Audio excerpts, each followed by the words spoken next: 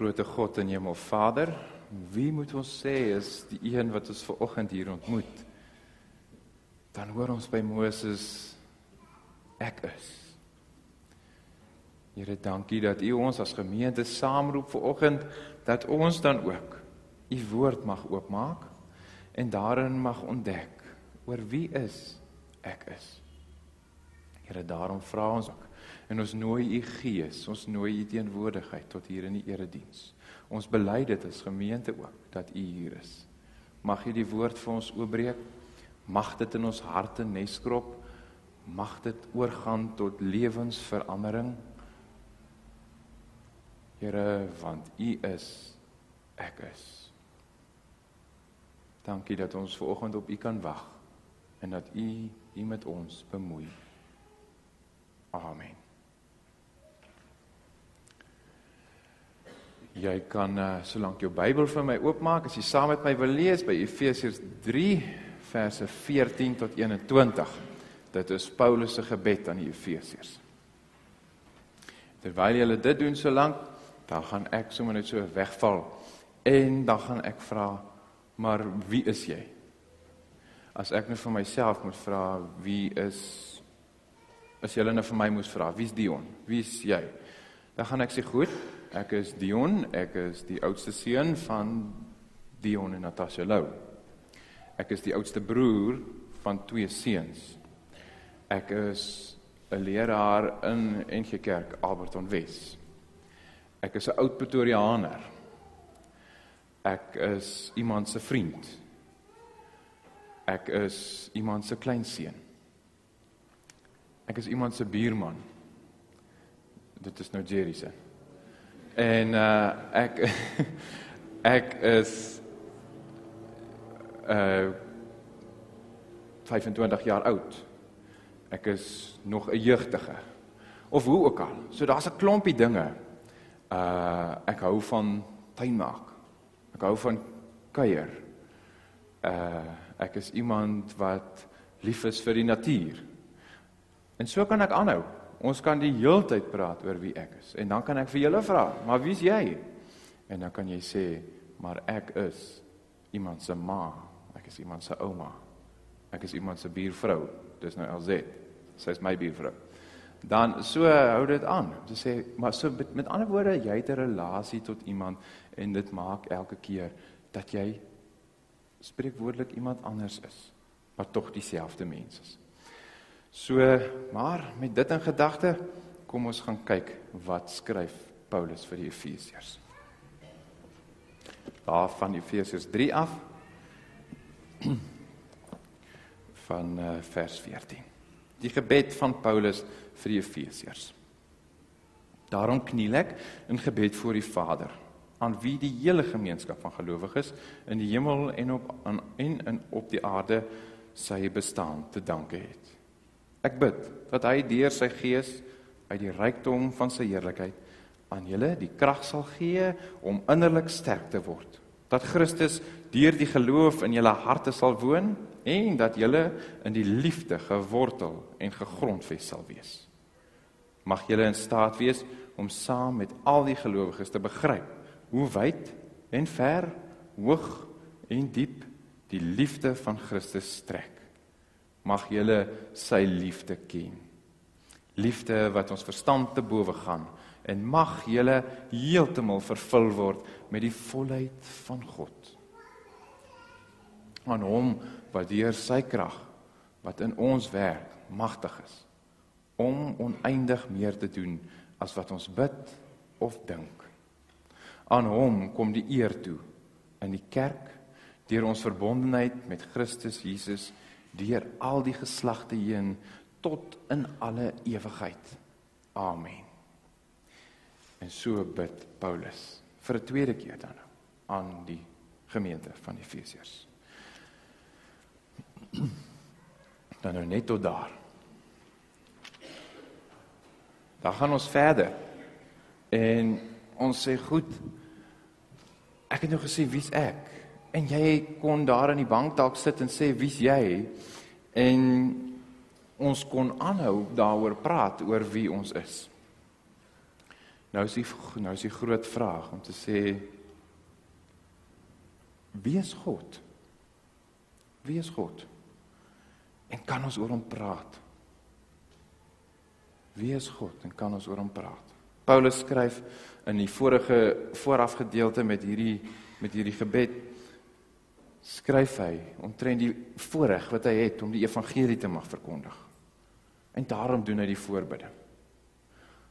Paulus is besig om iets te vertel van hierdie God, tot wie hy bid, en dan natuurlik hoe hy ook vir hierdie gemeente bid, en sê, maar ek vra dat hierdie God, wie is hierdie God? Hy bid dat alle gelowiges, dat die Vader deur die Gees, dat die liefde van Christus vir hulle elkeen 'n werklikheid sal word. Dat hulle iets van God mag beleef, en dit is sy gebed vir hierdie gelowiges. En dan noem hy in sy gebed, hy sê, maar die redding wat julle het, dit is alles te danke aan God. Dit is alles te danke aan God.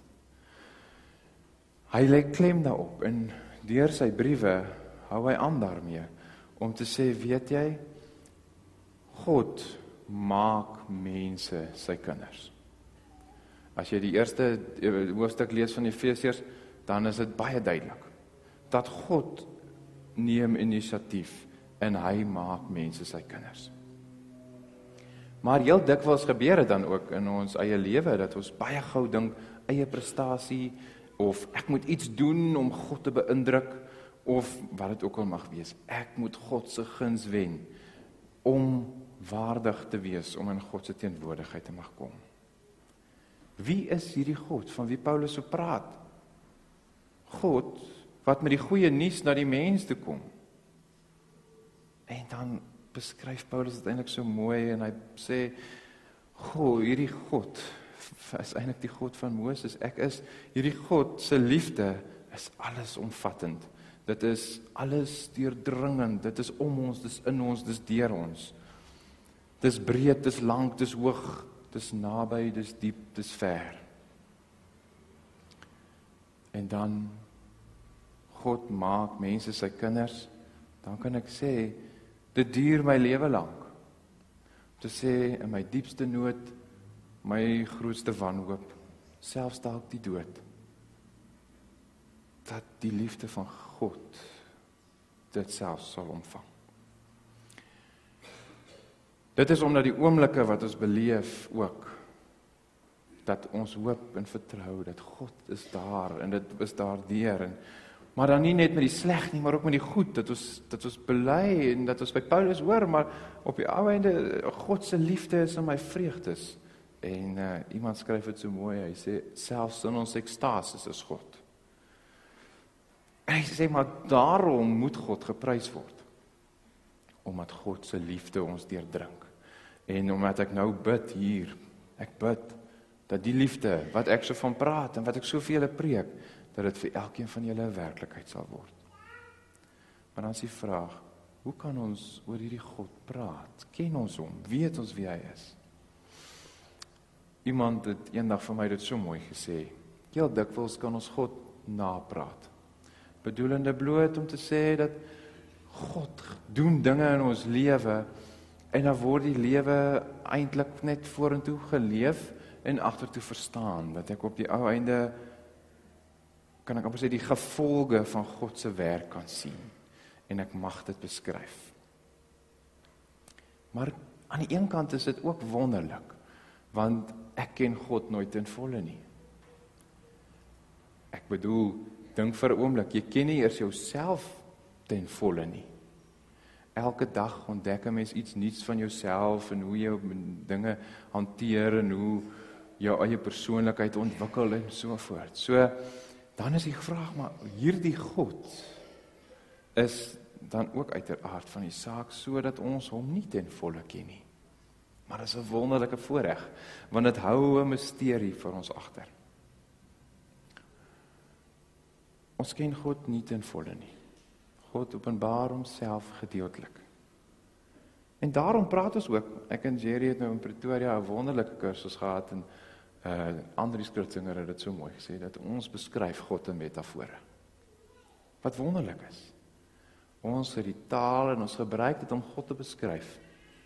Toe een van die oudste maniere wat ons God beskryf, om te sê, God is my Vader. Maar, God is tegelijkertijd ook my moeder.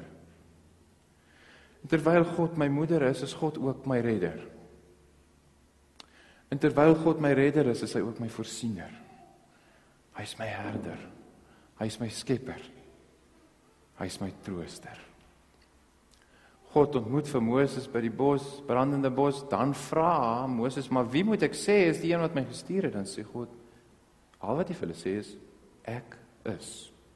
Ek is jou Vader, ek is jou moeder, ek is jou skepper, ek is jou vertrooster, ek is jou voorsiener, ek is jou herder.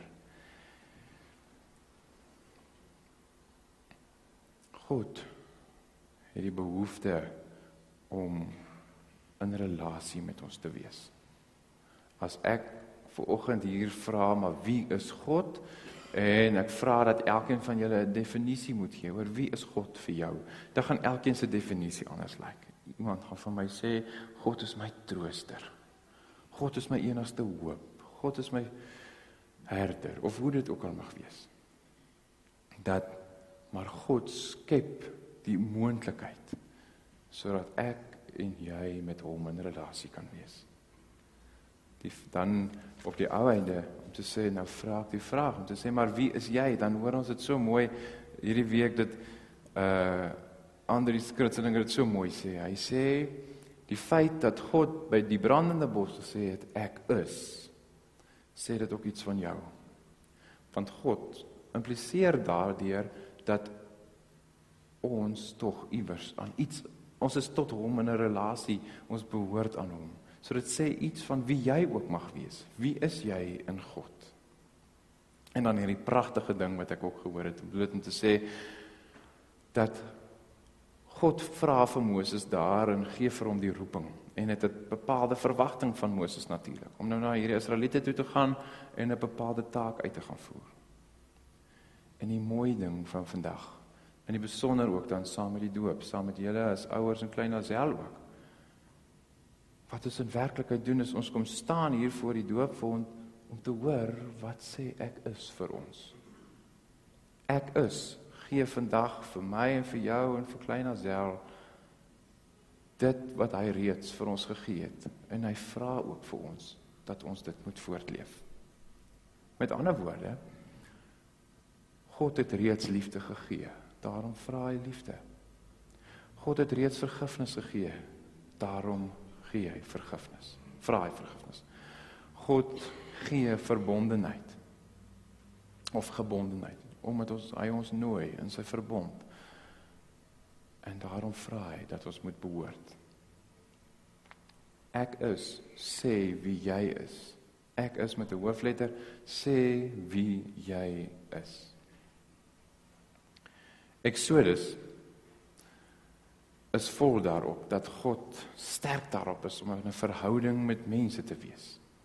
En dat hy nie opgee op mense nie, en dat hy elke dag met hulle nuut begin. Ek bedoel, ons kan net die 40 jaar van Exodus dophou.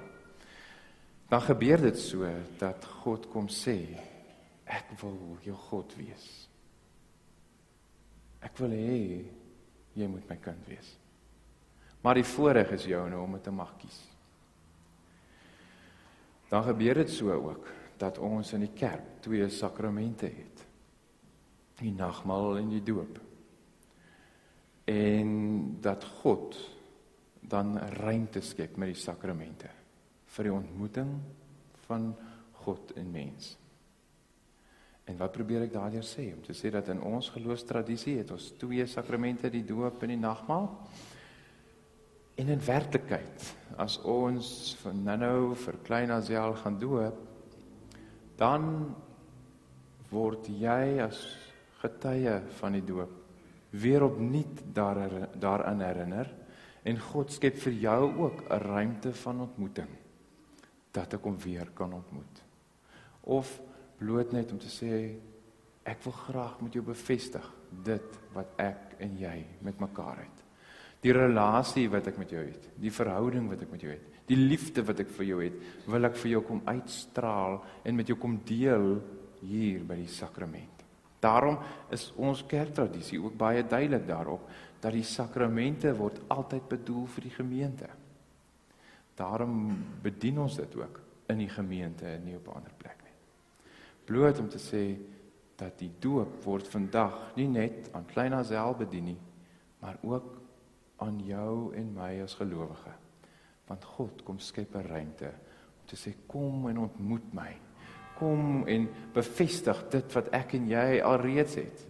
Kom bevestig jou doopbeloftes wat ons het, wat ek met jou gemaak het. Kom en bevestig die aanbod wat jy aanvaar het.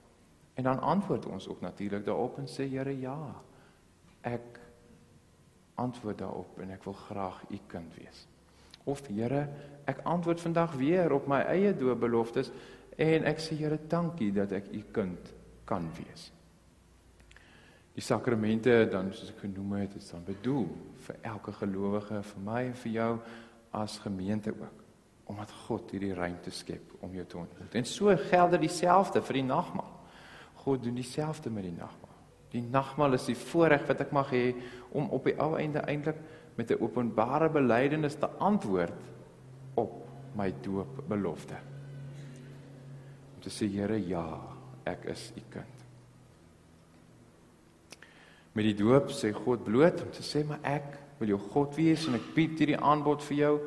En as ek dit vir jou aanbied, dan is dit ook so dat jy moet weet, wanneer jy in my liggaam verenig word, ingelyf word, dan is dit so, dat jy nooit weer alleen sal staan nie. En dat jy altyd sal deel wees van hierdie liggaam, ongeag wat jy doen. Ek nooi jou in, om deel te wees van my verbondsvolk, en niks, maar niks, kan jou van my liefde skei nie. Ek hoef nie iets te doen om God te beïndruk nie. Ek hoef nie iets te doen om waardig voor hom te mag wees nie. God kom en neem die inisiatief en sê, maar ek wil met jou tot in relasie wees. Ek wil hê jy moet oor my kan praat en mense moet kan hoor wie ek vir jou is. Ons behoort aan God. Nou is die vraag om te sê, maar wat kan ons oor God sê? Ons kan sê, ons behoort aan hom. Ons dra sy naam en ons het nou die voorreg om 'n klein babietjie op 'n dag wat sy nie gaan onthou nie, ook hier in te lyf en te sê, ons lyf jou in werklikheid lê dit nie by ons nie, maar dit lê by God wat jou kom ontmoet en jou by ons kom opneem en ons jou deel maak van ons.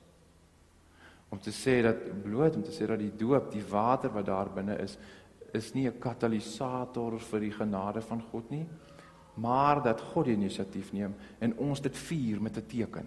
Martin Luther sê dit mooi, hy sê, die tekens, die sakramente, is tekens vir die versterking van ons geloof.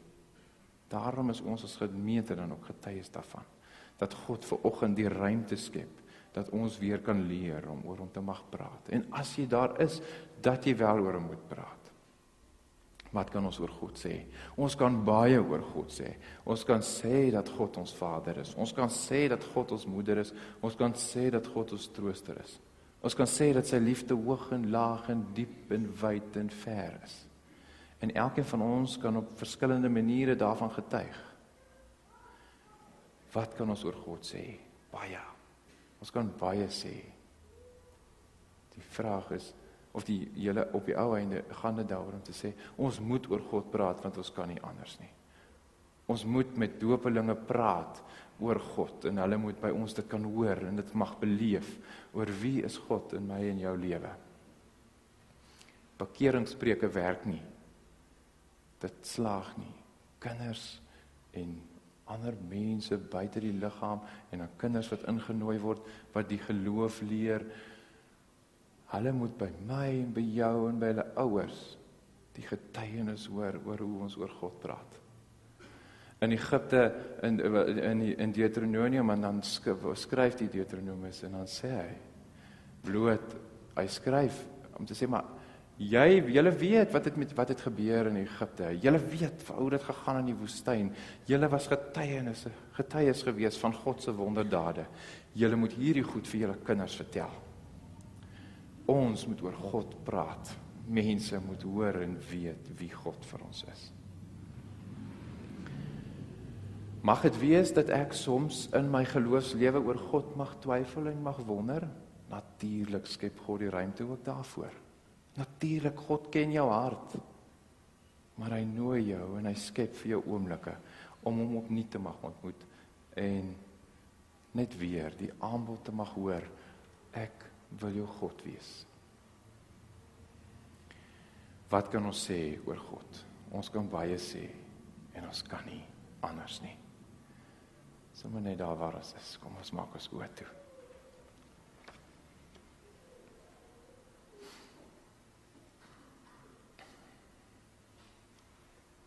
Here God, U alleen is heilig. Ons taal is te beperk om U te mag beskryf. Here, maar as ons mag poog, dat ons oor U wil praat, omdat U vir ons baie beteken. Omdat U vandag weer ons herinner daaraan, dat U ons God wil wees. Here, daarom bid ons en ons sê, Here, U alleen is heilig. Here, U is ons bewerker van wonders. Here, U is almagtig. U is groot. U is die allerhoogste. U is die alomteenwoordigde. My heilige Vader, U is die koning van die hemel en die aarde. U, Here my God, 3 in 1, is dit wat alles vir my goed is. U, Here my God, is alles die oorvloedigste, fontein van goedheid. U is barmhartigheid en liefde. U is wysheid. U is nederigheid. U is geduld. U is sekuriteit. U is vrede. U is blydskap en vrolikheid. U is gister, vandag en môre dieselfde. U is sagmoedigheid. U is ons beskermer. U is ons sterkte. U is ons lafenis soos koue water op 'n warm dag. U is ons ewige lewe. U is ons Here. Here, U is alomteenwoordig, alsienend en alwetend. U is ons God, ons genadige Vader. U is, ek is. Amen. Ek ontdek God in die glimlag van 'n kind. Ek ontdek God in die liefde wat ek dalk mag hê vir my eggenoot. Ek ontdek God in my kinders, as jy die voorreg mag hê om kinders te hê, in jou kinders se armpies wat om jou nek vasdraai om vir jou 'n druk te gee. Ons ontdek God in die mooiste vriendskappe. God is vir ons 'n Vader, maar God is ook vir ons 'n moeder. God is soveel, ons het so baie om oor hom te mag praat.